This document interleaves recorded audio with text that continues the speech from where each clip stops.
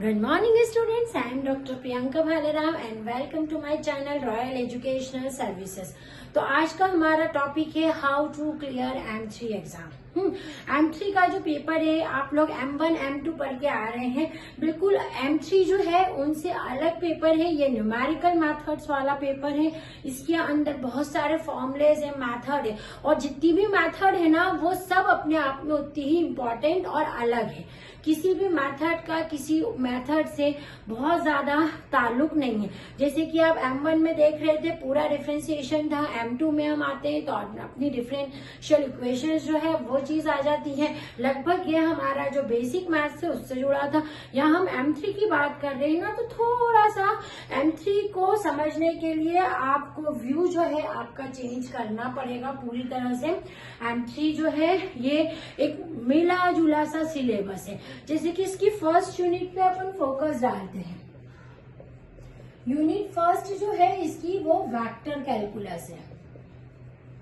क्या है? वेक्टर। अब चूंकि वेक्टर जो है आप पढ़ के आ रहे हैं कि वेक्टर क्या होता है, उसकी प्रॉपर्टीज क्या होती है, स्केलर वेक्टर जो है स्केलर पॉइंट और वेक्टर पॉइंट है, ये आप समझते हैं, ठीक है। तो इस यूनिट में स्टार्टिंग तो वहीं से हुई है कि सबसे पहले कि वेक्टर क्या होते हैं, ठीक है, वेक्टर और स्केलर की डेफिनेशन बताइए। साथ ही इसमें हमको डिफरेंशिएशन मतलब वेक्टर डिफरेंशिएशन बोल दो इसको, वेक्टर डिफरेंशिएशन को बताया है कि वेक्टर डिफरेंशिएशन जो है वो क्या होता है, ठीक है। तो वेक्टर डिफरेंशिएशन के बाद इस यूनिट में डाइवर्जेंस एंड कर्ल बताया है। क्या बताया है? Divergence and curl. तो आपको क्या करना है, जो क्वेश्चंस आते हैं फर्स्ट यूनिट के वो कैसे आते हैं, अंदर इसके अंदर या तो डिफाइन पूछ लेते हैं कि हाँ भैया ये वेक्टर की डेफिनेशन आप डिफाइन कीजिए, और डाइवर्जेंस और कर्ल से रिलेटेड कोई एक छोटा सा क्वेश्चन उसके अंदर रहता है, ठीक है। तो डाइवर्जेंस एंड कर्ल का आपको जो बेसिक डिफरेंस है कि डाइवर्जेंस क्या होता है, कर्ल क्या होता है, ये आपको ध्यान रख के उसकी डेफिनेशन ध्यान रखना है। अब इसी के साथ साथ इसके अंदर जो लाइन इंटीग्रल, सरफेस इंटीग्रल और वॉल्यूम इंटीग्रल जो है लास्ट टॉपिक कवर हो रहा है। तो मैं बोलूं कि आपको स्टार्टिंग के केवल कॉन्सेप्ट पे ध्यान देना है, बहुत ज्यादा यहाँ पर मेहनत नहीं करनी है। जो फर्स्ट टॉपिक है वेक्टर का उसकी बात कर रही हूँ, आपको मेहनत कहाँ करनी है, इस टॉपिक पे करनी है। आपको लाइन इंटीग्रल, सरफेस इंटीग्रल और वॉल्यूम इंटीग्रल, ये तीनों को बहुत अच्छे से करना है, क्योंकि इस यूनिट का जो ये फर्स्ट पार्ट से ज्यादा इम्पोर्टेंट जो है हमारा सेकेंड पार्ट है, क्योंकि लाइन, सरफेस और वॉल्यूम से ही हमारी जो थ्योरम्स है इसकी, मतलब Gauss divergence theorem, Stokes theorem और ग्रीन्स थ्योरम, ये जो हमारी तीन थ्योरम है जो हमारे सेकेंड टॉपिक में फर्स्ट यूनिट के, ये आपका बहुत ही इम्पोर्टेंट पोर्शन है। तो आप अगर फर्स्ट यूनिट में से सिलेक्टेड पोर्शन कर रहे हैं तो केवल डाइवर्जन और कर्ल का फॉर्म याद रखिए, किस तरह से डाइवर्जन और कर्ल निकाला है। उसके बाद सीधे आ जाइए लाइन, सरफेस और वॉल्यूम इंटीग्रल। लाइन इंटीग्रल भी आप कर लेंगे, वॉल्यूम इंटीग्रल जो डबल इंटीग्रेशन आप करके आ रहे हैं, सरफेस इंटीग्रल यानी डबल इंटीग्रल और वॉल्यूम यानी आपका ट्रिपल इंटीग्रेशन। तो यदि आप ये तीनों इंटीग्रल जो है एक बार इसको रिवाइज कर लेंगे, कॉन्सेप्ट वही इंटीग्रेशन वाले, तो गॉस, स्टोक्स और ग्रीन थ्योरम के केवल आपको क्वेश्चंस करना है। मैं क्या बोल रही हूँ, इसका केवल क्वेश्चन करना, इसको प्रूफ याद करने की कोई जरूरत नहीं है। आप स्टेटमेंट देखिए और इसके क्वेश्चन पे जाइए, है ना। यदि आप फर्स्ट यूनिट को कवर करना चाहते हैं तो इस जो तरह से इसके अंदर चले, क्या करें, वेक्टर में आपको वेक्टर पता है, सबको पता है वेक्टर क्या होता है, केवल डाइवर्जेंस और कर्ल का एक बार देख के सीधे इन लाइन, सरफेस और वॉल्यूम इंटीग्रल पे आ जाना। और यहाँ पर आपको बहुत ज्यादा मेहनत नहीं करनी पड़ेगी, क्योंकि इंटीग्रल आप लोग बहुत ज्यादा पढ़ के आ रहे हैं। आप सीधे फिर किसके स्टेटमेंट पे आएंगे, इन थ्योरम्स के स्टेटमेंट। इसका प्रूफ नहीं है आपको याद करना है, इसका प्रूफ बहुत कम आया हो तो आया हो, इसके जनरली क्वेश्चंस ही आते हैं कि आपको कोई फंक्शन दे देंगे, उसको गॉस डाइवर्जेंस थ्योरम से प्रूफ करना है, तो आप इसके क्वेश्चंस की प्रैक्टिस करेंगे। ठीक है, ये तो आपका मैंने फर्स्ट यूनिट में बोला है कि सेकेंड पार्ट जो है ये इस थ्योरम वाला, ये बहुत ही आईएमपी है। अब जो सेकेंड यूनिट पे हम जाते हैं, solution of algebraic and transcendental equation. Unit second क्या है इसकी, solution of algebraic and transcendental equations, है ना। अलजेब्रिक और ट्रांसेंडेंटल इक्वेशंस के जो सॉल्यूशन आते हैं, सॉल्यूशन निकालने वाली जो आपकी यूनिट है वो सेकेंड यूनिट है। इसके अंदर हम कुछ मेथड पढ़ रहे हैं, जैसे कि बाइजेक्शन मेथड, ठीक है, bijection method, iterations method, iteration method में आएगी रेगुलर फॉल्सी मेथड और न्यूटन रैप्सन मेथड। ठीक है, कौन सी आएगी, रेगुलर फॉल्सी मेथड और Newton Raphson method.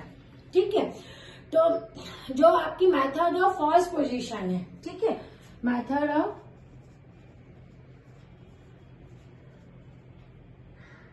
First position, है ना। अब इसके अंदर इस यूनिट में मैं आपको बता दूं कि आपको फोकस किस पे ज्यादा करना है। एक तो आपको बाइजेक्शन मेथड पे करना है, दूसरी जो है आपके है न्यूटन रैप्सन पे करना है। ये दोनों के क्वेश्चंस जो है इस यूनिट में बहुत ज्यादा आते हैं।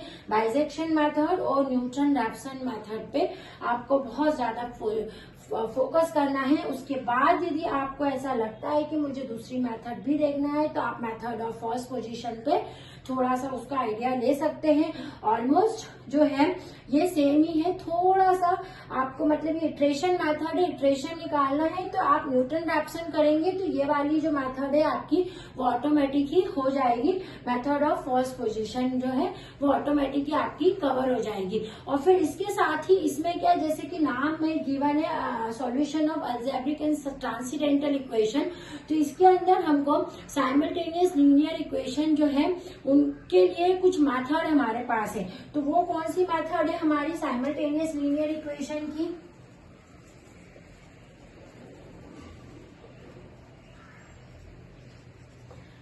System of simultaneous linear equation. अब ये जो आपका थर्ड यूनिट है, ये वाली आपकी, है ना। यहाँ तक तो हम आ गए solution of algebraic and transcendental equation. इसके अंदर आपको दो मेथड पे फोकस करना है, बाइजेक्शन मेथड और सीधे न्यूटन रैप्सन पे, तो आपकी सेकेंड यूनिट हो जाएगी। अब थर्ड यूनिट जो आपकी आ रही है सिस्टम ऑफ साइमल्टेनियस इक्वेशन, इसके अंदर आपको फोकस करना है गॉस एलिमिनेशन मेथड और गॉस जॉर्डन मेथड पे। किस पे फोकस करेंगे, गॉस, चार मेथड है इसमें, है ना, Gauss elimination method, Gauss Jordan method और जैकोबी मेथड। ठीक है, पहली हो गई है एलिमिनेशन वाली, दूसरी होती है Gauss elimination method, Gauss Seidel method,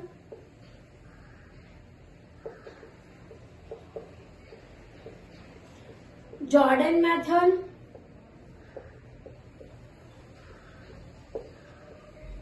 और Jacobi method, Jacobian.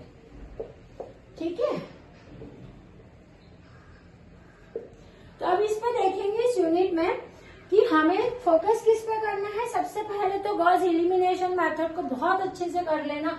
Almost question जो होते हैं गॉस एलिमिनेशन से आते हैं, और यदि आपने गॉस एलिमिनेशन अच्छे से कर ली तो डेफिनेटली आप लोग ये वाली जो जॉर्डन मेथड है ये बहुत अच्छे से कर लेंगे। तो Gauss elimination method, Jordan method और जैकोबियन मेथड, इसको एक बार देख लें।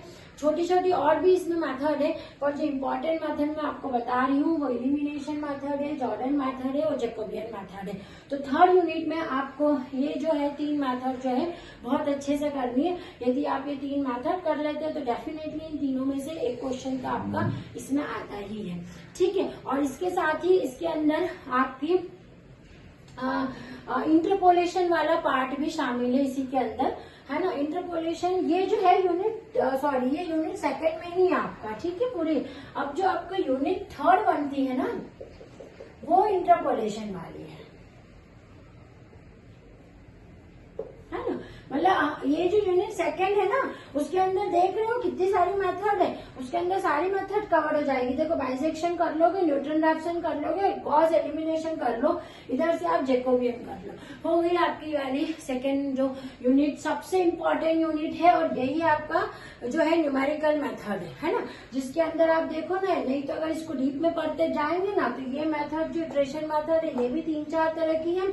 और जो साइमल्टेनियस इक्वेशन को सॉल्व कर रहे हैं ना, ये गॉस एलिमिनेशन, आइडियल, जॉर्डन और जैकोबियन, ये अपने आप में 4 मेथड है। पर इस यूनिट की खासियत ये है कि ये जो मेथड है ये आपस में बहुत ज्यादा जुड़ी हुई है, तो बहुत ज्यादा दिक्कत आपको आने वाली नहीं है। यदि आप एलिमिनेशन मेथड कर लेते हो तो ये बहुत अच्छे से समझ में आ जाएगी, या बाइसेक्शन मेथड कर लेते हैं तो न्यूटन रैप्सन का कंसेप्ट आपके दिमाग में बाइसेक्शन से ही बनना शुरू हो जाएगा, है ना। तो ये स्कोरिंग यूनिट है पूरी आपके। अब जो थर्ड यूनिट अपनी आती है वो इंटरपोलेशन है। इंटरपोलेशन यानी आप कुछ ऑपरेटर्स से डील करेंगे, और इसके अंदर इंपॉर्टेंट चीज है ट्रेपेजॉइडल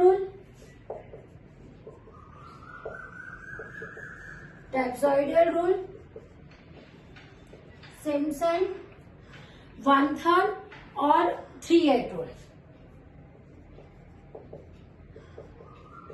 1/3 रूल और इसी का एक 3/8 रूल भी होता है, ठीक है। तो आपको इस यूनिट में केवल ये जो 3 आपको मेथड है ये करनी है। आप ट्रेपेजॉइडल अगर कर लेते हैं ट्रेपेजॉइडल रूल तो ऑटोमेटिक आपका सिम्पसन 1/3 और 3/8 के लिए फॉर्मूले का कॉन्सेप्ट जो है क्लियर हो जाएगा। बस थोड़ा सा फॉर्मूले में अंतर रहता है इन सभी सेकेंड यूनिट की मेथड और ये थर्ड यूनिट में।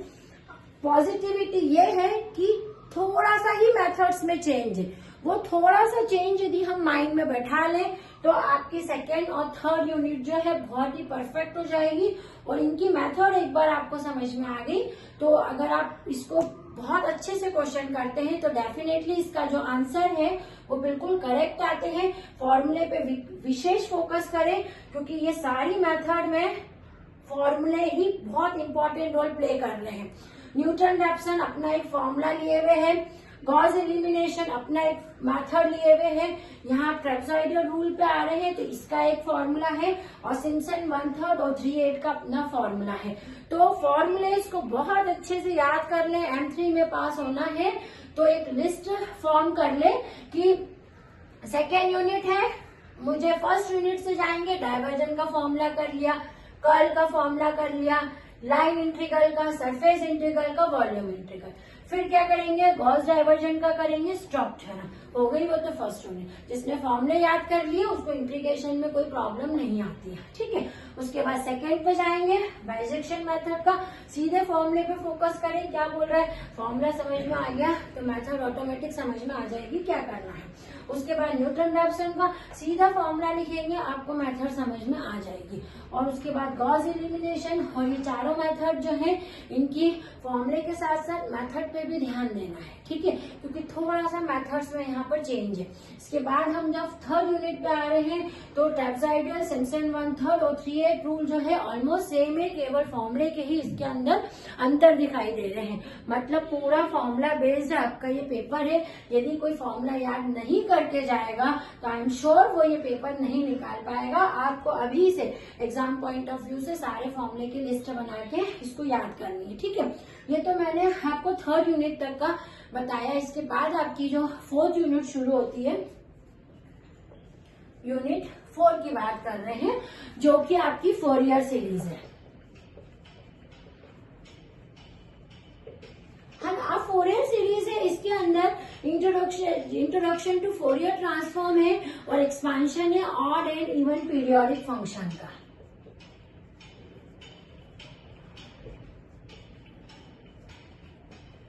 फोरियर ट्रांसफॉर्म और expansion of odd and even periodic function.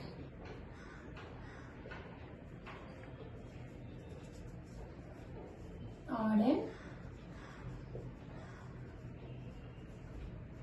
Periodic function, ठीक है। अब जो आपकी 5th यूनिट आ रही है इसमें, वो है लैप्लास ट्रांसफॉर्म। बहुत ही इंपॉर्टेंट यूनिट है ये भी, ठीक है। इसके अंदर आपको लैप्लास ट्रांसफॉर्म, उसकी shifting property, shifting theorem, change of scale property और इसका inverse Laplace transform, Laplace transform, है ना। जो मैं बोल रही हूँ उस पर ध्यान दें कि जब आप लैप्लास ट्रांसफॉर्म की, बहुत ही इंपॉर्टेंट यूनिट है ये वाली, है ना, डेफिनेटली क्वेश्चन आना इससे निश्चित है। तो लैप्लास ट्रांसफॉर्म करेंगे तो इसकी तीनों प्रॉपर्टी, शिफ्टिंग है, चेंज ऑफ स्केल प्रॉपर्टी है इसकी, वो दोनों और लीनियरिटी प्रॉपर्टी आप यहाँ पर कर लेंगे और उसके बाद आप सीधे इनवर्स लैप्लास ट्रांसफॉर्म पे जाएंगे। इसके फॉर्मूला बेस्ड यूनिट है पर बहुत ही इजी और बहुत इंपॉर्टेंट है, तो लास्ट यूनिट को बिल्कुल ना छोड़े। अगर आपको M3 क्लियर करना है तो लैप्लास ट्रांसफॉर्म 2nd यूनिट है और 3rd यूनिट है। यदि आप ये 3 यूनिट बहुत अच्छे से कर लेते हैं तो आई एम श्योर आपका M3 का पेपर जो है वो बहुत अच्छे से निकलेगा। बस आपको क्या करना है, ये सारी जो मेथड है इनके फॉर्मूले आपको बनाना है, लिस्टिंग करना है फॉर्मूले की बुक में से कि आपको पहले जैसे ट्रेपेजॉइडल रूल है, सिम्पसन 1/3 और 3/8 है, इनके बाइसेक्शन मेथड है, एलिमिनेशन मेथड है, साइडल मेथड है, जॉर्डन मेथड है, जैकोबियन मेथड है, ठीक है। आप इनके पूरे फॉर्मूले का एक पेपर में फॉर्मूले सारे लिख ले, उसको याद कर ले, क्योंकि बिना फॉर्मूले के ये पेपर मुमकिन नहीं है निकलना। और फिर आपके पास में तो बहुत अच्छी इसमें एक यूनिट दे के रखी है लाप्लास और फूरियर वाली।